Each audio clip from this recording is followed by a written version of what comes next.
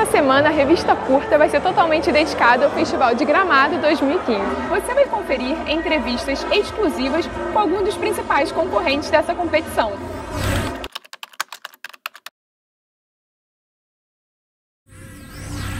Tava Jéssica, minha filha, tá querendo vir pra São Paulo pra ficar comigo. Tem quanto tempo que vocês não se veem? Tá mais de 10 anos. É claro que pode. Imagina, meu amor, você é praticamente da família, né? O Que Horas Ela Volta, ele é um filme que ele quase lista uma série de regras que compõem a nossa cultura. E que são regras que vêm do período da colonização, né? Então, e que são regras que quase são respeitadas sem mesmo que a gente perceba. Tem uma cena no filme que a filha pergunta pra mãe, mas onde você aprendeu isso? Tá escrito em algum livro? Não sei onde é que tu aprendeu essas coisas, fica falando, não pode isso, não pode aquilo. Isso aí ninguém precisa explicar, não. A pessoa já nasce sabendo o que pode e o que não pode. É um filme que tá, assim, remontando sobre as nossas heranças escravagistas ainda vigentes hoje. E o filme vai tirando essas regras invisíveis debaixo do tapete, botando em cima da mesa. Então, ao final do filme, você as vê, talvez, de uma maneira tão completa quanto você não tenha visto antes, no sentido de que você as vive, mas não conscientemente. Porque se fosse consciente, em pleno século XXI, a gente não faria, eu acho. Onde é que já se viu filha de empregada sentar na mesa dos patrões? Eles não são meus patrões, não. Val, Sim, pode tirar, por favor. tô indo. O filme começa mostrando uma situação equilibrada de uma família composta por um pai, uma mãe, um menino e uma empregada que é uma segunda mãe desse menino e empregada da casa. Quando a filha dessa empregada, que ela não via há 10 anos, chega na casa para prestar vestibular, essa menina ela vem de um outro lugar, ela vem de lá de Pernambuco, onde ela não teve empregada, não foi empregada. Então a ideia é de que ela não conheça as regras separatistas, né, da sala para a cozinha. Então ela vai quebrando essas regras, não porque ela quer, mas porque ela está inocente. Tu nunca nadou aqui, não? Eu vou nadar na piscina da casa dos outros.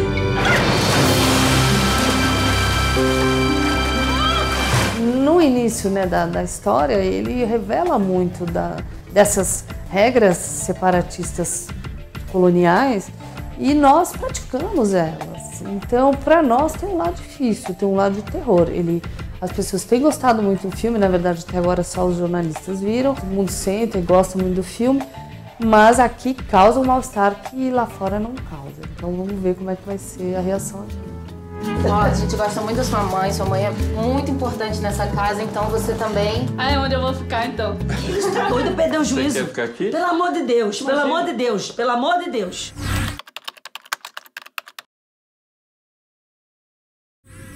Então, estamos aqui em Gramado, nesse festival maravilhoso. Meu nome é Murilo Salles, eu sou um cineasta brasileiro com muita honra. Estou apresentando meu filme Os Fins e os Meios no festival, que é um filme que trata sobre as raízes do Brasil, né? Isso é o meu tema sempre nos meus filmes, foi muito o Brasil que está acontecendo. E como é que eu olho para o Brasil neste filme? Eu olho através de um casal que se forma. Ela é a Cris, uma jornalista negra, ele é um publicitário. Eles têm uma transa, ela é engravida, ela quer ter o filho, ele não sabe, não quer, e nesse embate aí acaba nascendo a criança prematuramente o nascimento dessa criança une esse casal. E para resolver esse casal que existe e que não existe, eles resolvem, porque ele está indo para Brasília trabalhar em marketing, ela resolve ir para Brasília também ser jornalista política lá. Cris, você não acha melhor marcar uma hora mais conveniente para uma entrevista? Pode deixar, Paulo. Não se intimide não, Cris. Continue. Deve ter sido muito difícil ter o próprio pai como principal inimigo político. Faz tanto tempo isso. Mas eu posso te responder. E, na verdade, o filme quer olhar, através desse casal, como são os laços e as formações dos jeitinhos, das acomodações nossas com as dificuldades do dia a dia. E entre essas coisas, a gente olha para o racismo, a gente olha para a corrupção, que são essas nossas endemias, né? O filme tem essa coisa de olhar a política, de mostrar ao espectador como cada momento que a gente vai tomando decisões meio espontâneas, meio pelo coração só, a gente vai se estrepar, entendeu? Por quê? Porque cada decisão da vida é política, né? Não é à toa que eu vou para Brasília, eu levo os personagens para Brasília, porque Brasília, a capital do Brasil, é a capital dessas contradições todas. E, basicamente, ele vai trabalhar com a imagem de um senador, vai tentar renovar, vai fazer o marketing político dele, e ela é jornalista. E essa promiscuidade no Brasil que tem entre imprensa, né, e a política. Você quer que eu minta? Tudo, Cris, tudo é uma mentira. Hugo, eu não vou mentir. Não, cara, Gramado pra mim é uma beleza, eu adoro. Meu primeiro filme eu estreiei aqui, mas eu tenho 6 filmes de ficção. 5 deles abriram aqui em Gramado, né? Então, é o que eu falei, se eu tenho uma tela, é Gramado, né?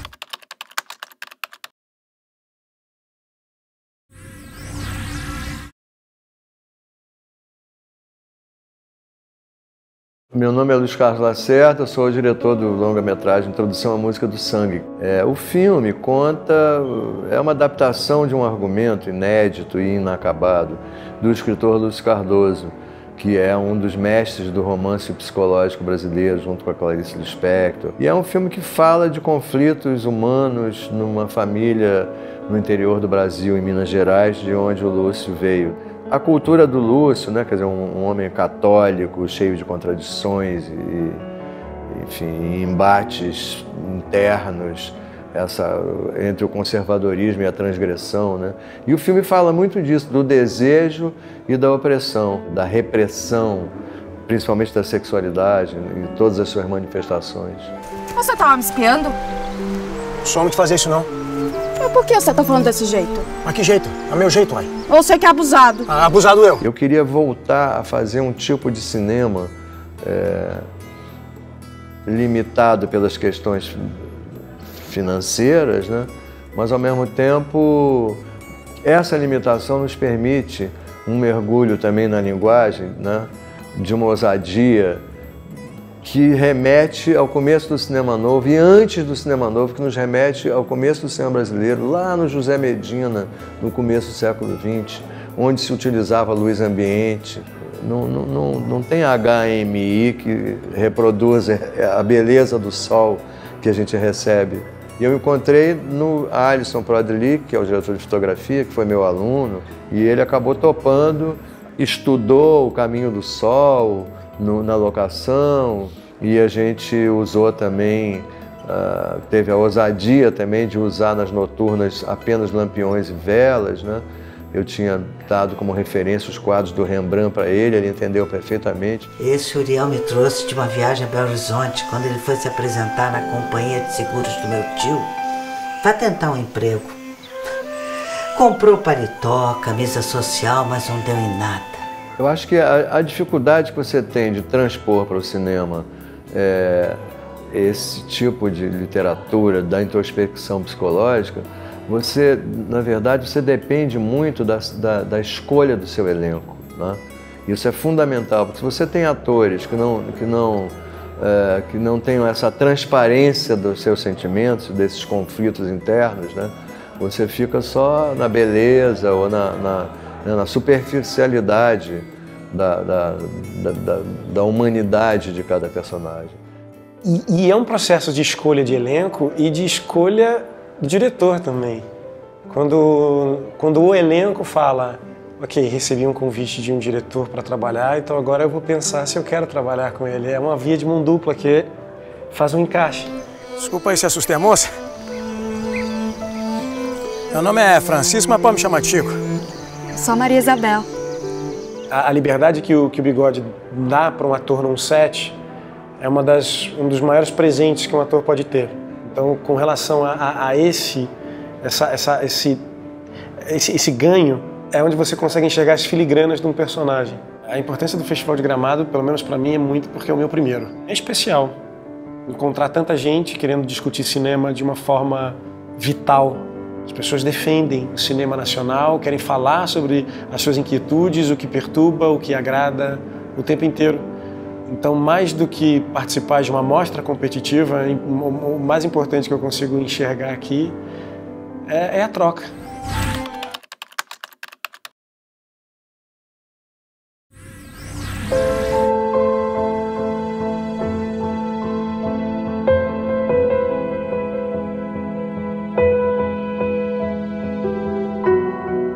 Meu nome é José Pedro Goulart e eu estou aqui em Gramado apresentando Ponto Zero, um longa-metragem filmado todo em Porto Alegre, recém-saído do forno.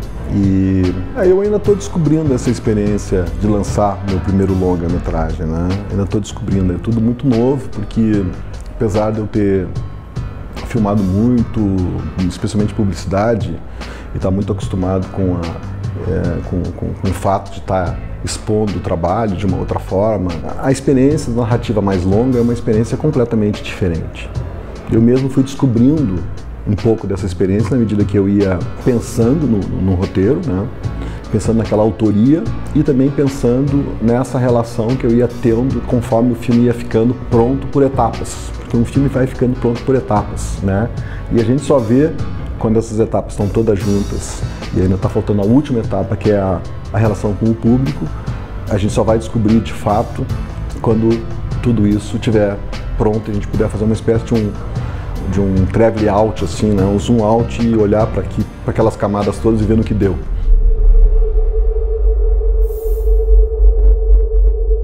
A sensação de estreante ela é muito boa sempre na vida. As primeiras coisas são sempre as melhores, o primeiro beijo, a primeira noite fora de casa, né? O primeiro curto, o primeiro longa.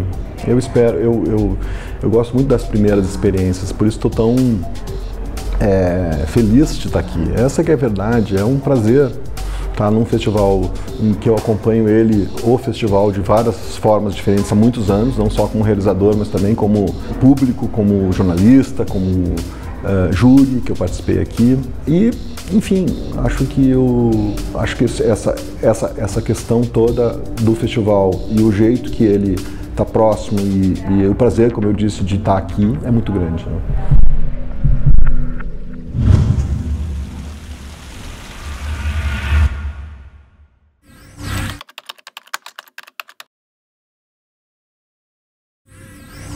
Meu nome é André Ristum, sou diretor do filme O Outro Lado do Paraíso. O filme conta a história de uma família comum que nos anos 60, em 63, muda do interior de Minas para Brasília.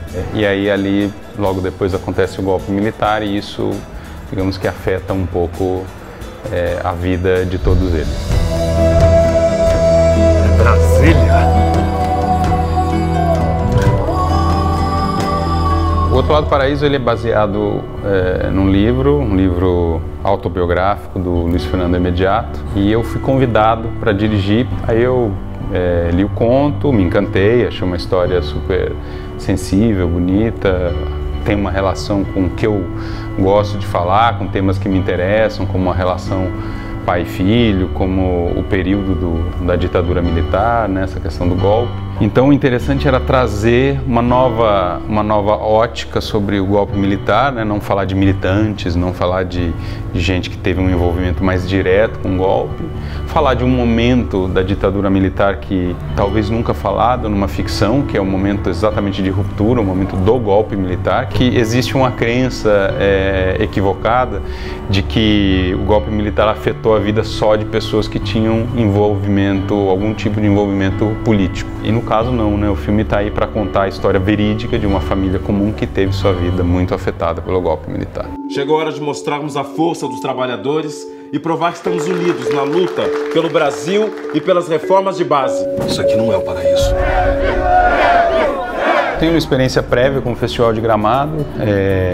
Eu tinha passado um documentário longa fora de competição em 2004, Tempo de Resistência. E em 2006 eu vim para cá com o de Glauber para Giges, que é um curta, em competição. E aí são 9 anos que eu não vinha para cá. Estar aqui já está sendo um prêmio, mas além disso, poder estar convivendo aí com todos esses filmes e esses realizadores desses filmes incríveis, né? Uma seleção de altíssimo nível, já é um prêmio para o filme.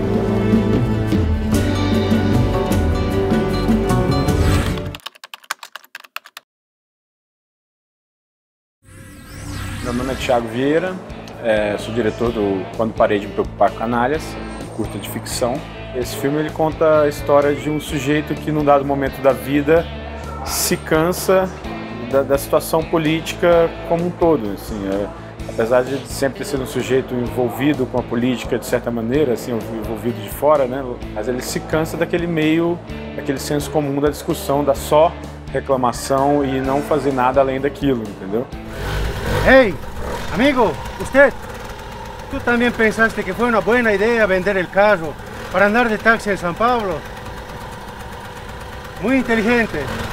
Bom, essa história começou em 2008, quando eu li na revista Piauí, o Caco tinha desenhado essa história lá, um quadrinho para a revista, e eu li, e aí eu achei muito interessante aquela história e decidi escrever um roteiro baseado nela para estudo, simplesmente. Resolvi entrar em contato com o Caco pedindo autorização. Ele topou, mas tinha um porém que ele já dizia na história e eu concordava, que era a gente não poderia usar dinheiro público para fazer aquele filme, né? O próprio tema da situação. Como eu não tinha dinheiro do bolso, eu fui obrigado a engavetar o projeto e tirei da gaveta em 2013, quando eu comecei a observar o crowdfunding, né? Levantei esse projeto, botei no Catarse e fui atrás do Matheus Nastergaile no Facebook. Se não conhecia também, nem sabia se era o perfil dele ali. Aí ele respondeu, que legal, gostei muito do projeto e não sei o que, não sei o que. Ele levantou a bola, ele leu a sinopse lá, tinha um João Carlos, que era o personagem. Aí ele me perguntou, quem que vai ser o João Carlos? Eu, sem pensar muito, eu falei, você? E ele topou fazer isso. Quanto tempo dedicado a reclamar? Eu queria ser o Lula, mas eu não sou. Não tenho coragem, não tenho culhão que o Lula tem. Ainda bem que você eu tenho, até tenho. E quando a gente começou a pré-produzir, a dificuldade de conseguir o apoio dele oficial, eu já estava imaginando que poderia não acontecer, né? E aí eu iria me frustrar muito. Aí eu fui atrás do Paulo Miklos, assim, isso antes do Matheus confirmar, fui atrás do Paulo Miklos como uma possibilidade dele ser o protagonista, assim, substituir o Matheus caso ele não topasse. E fiquei com o telefone dele guardado. Aí depois que o Matheus topou e tal, e já começando a pré-produzir, as pessoas da equipe chegavam em mim e falavam, vem cá, você tá com o telefone do Paulo Miklos aí, por que você não chama ele também? Liguei para ele, me apresentei, caiu numa secretária eletrônica, ele me ligou no mesmo dia à noite e eu expliquei para ele, né, um filme que o Matheus Nastergaile vai fazer, ele falou, é mesmo, tal, eu tenho uma cena com ele, tem uma cena importante com ele, pô, isso é um presente porque eu sou fã do Matheus. O presente é pra mim, vocês dois fazerem o filme, né? Até pra abrir o olho mesmo do que acontece, porque é um termômetro, né? Nós somos um termômetro aí da sociedade, entendeu? A gente tá ligado em tudo, a gente tá na rua, a gente tá vendo o que tá acontecendo. E aí a gente fala com as pessoas e comenta as coisas. Então, assim, se você entrar aqui é que nem ler um jornal. É uma beleza aqui. E essa coisa toda, assim, desde que o Matheus tinha topado lá no início não, mas eu comecei a falar com o restante da equipe, e a equipe toda começou a se motivar muito. E a gente conseguiu formar um bloco assim, de produção de uma estrutura muito de longa-metragem super profissional, com muita afinação e tudo mais. Com 35 mil reais que a gente tinha levantado no Catarse. Que foi uma grana suficiente só para bancar a alimentação e o transporte. Então o restante foi todo na parceria de todas essas pessoas, mais de 100. Enfim, o resultado tá aí. Eu só pelo fato de ter vindo aqui, acho que já é um grande prêmio ter conseguido fazer isso aí. Falar uma coisa, hein? No tempo da ditadura é que era bom, vai por mim. É isso aí mesmo.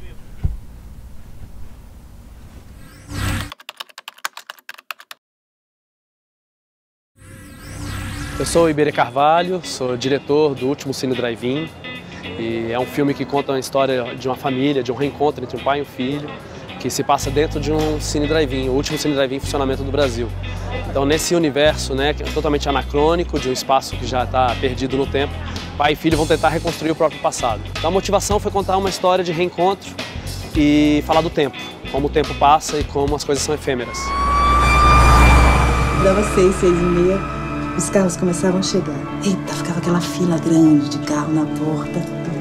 Casais de namorados, famílias, amantes, taxistas, todo mundo. Quando a gente olhava assim de frente, via o filme refletido em cada um dos para-brisas dos carros. Tem 7 anos que eu morei em Brasília, eu nunca tinha ido no drive-in. Nem sabia que existia durante a maior parte desses anos, na verdade. Aí eu cheguei em Brasília, aluguei o carro e fui pro drive-in, porque eu queria, antes de fazer o teste, ter essa experiência. E que foi super bom ter ido lá, fiz o teste no dia seguinte, depois o Iberê me confirmou que eu estava no filme. Aí, meses depois, conversando, ele falou, lembra do dia que chegou em Brasília e foi pro drive-in? Eu achei massa aquilo e tal, aquilo pesou, eu te escolhi, eu vi que tu tava afim e tal. Paulo, tá fora de foco. Merda. Eu faço a Paula, que é a projecionista do Cine Drive-In. E além de ter isso, essa paixão, porque eu sou apaixonada pelo cinema, tem o outro lado que, assim, eu tenho uma história. O meu bisavô trouxe o 16mm para o Brasil e desde pequena tinha coisa de ter projetor em casa. Então, assim, todas as minhas festas de criança tinham aquele projetor. Então, aquele cheiro de película, a lâmpada, o barulhinho do projetor, tudo isso tá muito em mim, né? Então, quando eu retornei a isso fazendo a Paula, foi um retorno a esse lugar. Eu lembro, assim, o cheiro, quando eu cheguei na sala de projeção, senti aquele cheiro de novo, falei, isso está na minha história. Isso aqui é um cinema, portanto vai ter que passar o filme. Me dei conta de que eu fui fazer um filme que tem muito a ver com a minha história. Na verdade, meus pais se separaram muito cedo e eu passava os domingos com meu pai e a gente ia para o cinema. E aí eu vou fazer meu primeiro longa-metragem, a história de um reencontro de um pai e de um filho dentro de um cinema. Então a gente sempre acha que a motivação é uma, né? A gente procura racionalizar e procura desculpas para explicar por que a gente faz um filme, mas na real é o que nos motiva, o que não está dentro da gente. Qualunque cosa farai, amala come amavi la cabina del paradiso. Cinema Paradiso é uma associação clara. A gente tem uma relação paternal, como no Cinema Paradiso, que é muito explorado. Nós temos um espaço de cinema, uma sala de cinema, sendo usada em função de recordação de memória afetiva, nostalgia. A Paula, em especial, foi inspirada no personagem Toto. O cabelo foi pensado, esse jeito meio uma menina, meio menino, que é apaixonada pela projeção, apaixonada pelo cinema. Olha, esse é o filme que entra a partir de amanhã. É um filmaço, você vai gostar. Eu tô super emocionada, porque aqui eu me vi pela primeira vez. E aí chegava, assim, eu nunca mais voltei a Gramado. Isso tem, acho que 12 ou 13 anos. E tá aqui com um drive-in, que é um trabalho tão especial. Eu tava grávida no drive-in, assim, foi uma gestação conjunta do filme. Uma personagem que eu sou apaixonada, que eu sinto saudade da Paula até hoje. Então o filme está com uma carreira super bacana e Gramado foi para coroar assim, o final de uma carreira. E um pouquinho antes do lançamento vim para um festival tão importante como esse. Ficou bonito, né, moleca? Ficou assim, ó.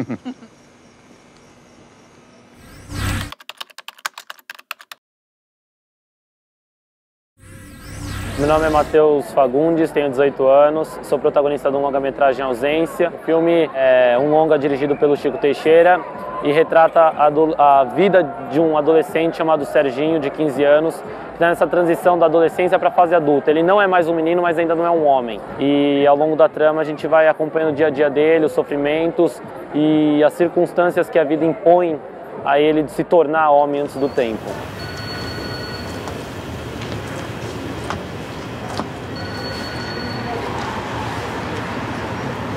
Quero fazer uma denúncia. Que é a ausência, né? Uma ausência absoluta de condições, é um desamparo. Essa mãe, que sou eu, é uma mulher que não tem estrutura para criar esse filho, e nem o outro menor, e o pai foi embora, e o Serginho, aos 14 anos, tem que dar conta, além de si mesmo, de ainda tentar dar um amparo para a própria mãe, que é alcoólatra, e para o irmãozinho menor. E é essa história que vocês vão ver como foi contada pelo Chico Teixeira, que mesmo que eu contasse cada detalhe, não substitui assistir ao filme, porque esse diretor, ele é uma coisa que não dá para explicar, só assistindo ao filme, porque ele fala pelos poros, ele fala, tudo ali diz muito, principalmente os olhos de todo mundo. Serginho, me arruma um dinheiro.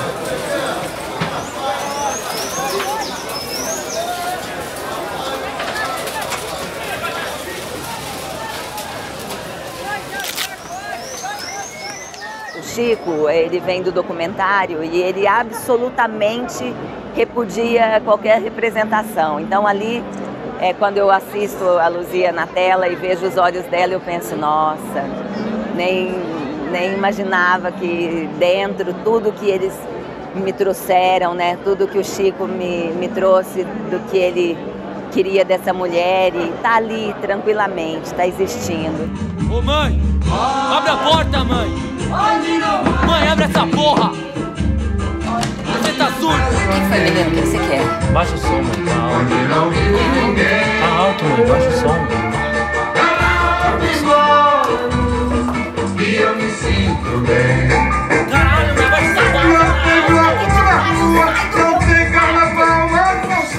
Estou muito feliz de estar aqui em Gramado. O festival é incrível, os filmes que passam aqui são filmes de muita qualidade. Pra gente do Ausência é muito gratificante estar aqui em Gramado com o longa.